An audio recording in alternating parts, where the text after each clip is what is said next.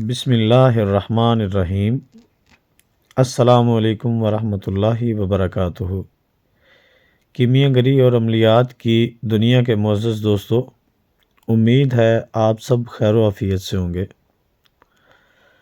दोस्तों, आज मैं अपने सभी दोस्तों को कलई की चांदी बनाने का नुस्खा देने जा रहा हूँ।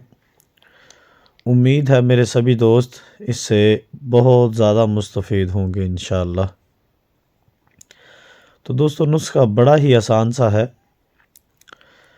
नुस्खे की तरफ जाने से कबल सभी दोस्तों से गुजारिश है, जो दोस्त हमारे चैनल कीमिया गरी और अमलियात की दुनिया पर नए हैं, वो हमारे चैनल को सब्सक्राइब करें और साथ ही लगे बेल आइकन को लाजमी प्रेस करें, ताकि हमारा हर आने वाला नया नुस्खा आप सब दोस्तों तक बआसानी पहुंचता रहे।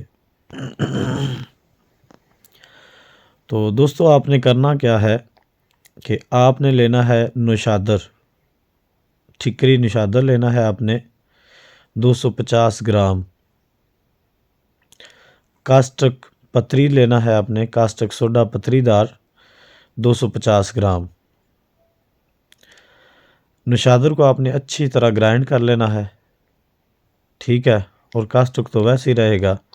और केले का जो दरख्त होता है ना, पौधा होता है जो केले का, तने का आपने पानी निकाल लेना है। वो पानी आपके पास होना चाहिए 2 किलो या 2 लीटर। तो आपने उसके अंदर ये दोनों चीज़ें घोल देनी है, कास्टक पतरी और नौशादर। अच्छी तरह इनको हल कर देना है। हल करके पानी को आपने कर लेना है गरम। ज़्यादा गरम नहीं करना, यानी कि नीम गरम जैसा हो जाए, थोड़ा सा गरम हो जाए, उबाले ना खाना शुरू कर दे, यानी कि तकरीबन जो है ना नॉर्मल से थोड़ा गरम हो। गरम करके आपने अपने पास रख लेना है। और इसमें से आपने 250 ग्राम का अलग कर लेना है। 250 ग्राम में कली को भुजाव देने हैं आपने। कली आपकी होनी चाहिए कम से कम 1 चटांक और ज़्यादा से ज़्यादा 10 तोला, आधा पाव। कलई को आपने जनाब कच्ची कुठाली में पिघलाना है। कच्ची कुठाली में पिघला के थोड़ी सी ज़्यादा ताव दे के, तो इसके अंदर आपने उसके भुजाव देने हैं। 250 ग्राम में 7 भुजाव देने हैं आपने। जो पानी हमने वो मिक्स किया हुआ लिया था, उसके बाद चेंज करना है। चेंज करके फिर से 250 ग्राम पानी, वो भी आपने कोशिश करनी है कि मिट्टी के बर्तन में रखना है, मिट्टी की कुज्जी में वो पानी डालना है।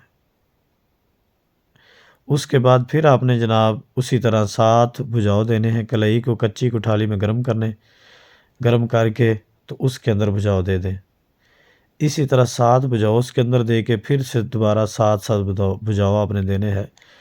तो ये सारा जो पानी होगा ना केले का, जिसके अंदर ये सामान मिक्स किया होगा, इस सारे के अंदर जितने भुजाव आ जाएं आपने देने हैं।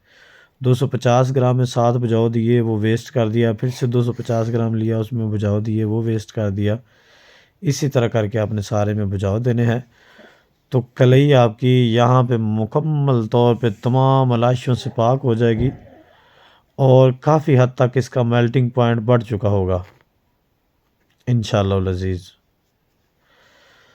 तो उसके बाद आपने इसी कलई को रखना है चूने के अंदर। चूना लेना है अनबुझ चूना लेके उसको अच्छी तरह आपने बारीक पीस लेना है। बारीक पीसने के बाद फिर आपने उसके अंदर सेंटर में कलई रख देनी है। आपका ये चूने का वज़न होना चाहिए तकरीबन 250 ग्राम से 500 ग्राम तक।